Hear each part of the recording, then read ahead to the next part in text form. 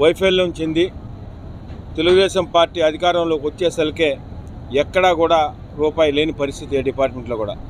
అయినప్పటికీ నిన్నటి రోజున రాష్ట్ర ముఖ్యమంత్రి పెద్ద మనసుతో ఈ దర్గాకి డెవలప్మెంట్కి 5 కోట్లు కేటాయించినందుకు నెల్లూరు రూరల్ నియోజకవర్గం తరఫున వారికి ప్రత్యేకంగా ధన్యవాదాలు తెలియజేస్తూ, అదేవిధంగా ఇంత పెద్ద ప్రపంచంలో ప్రసిద్ధిగాంచిన బారాసాహిబ్ దర్గా రొట్టెల పండుగ అనేది ప్రపంచంలో ఎక్కడా లేదు.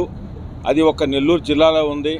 ఆ నెల్లూరు జిల్లాలో నెల్లూరు రూరల్ నియోజకవర్గంలో ఉండడం మా అదృష్టంగా భావిస్తూ, అటువంటి నెల్లూరు రూరల్ నియోజకవర్గానికి మా సోదరులు శాసనసభ్యులు సేరెడ్డి గారు 3వ సారి ఎన్నికై వారికి ఆ దేవునికి సేవ చేసుకునే భాగ్యం వారు ఇచ్చినందుకు కూడా ప్రత్యేకంగా ధన్యవాదాలు తెలియజేస్తూ, ఇంకా కూడా భక్తులు వస్తూ ఉన్నారు.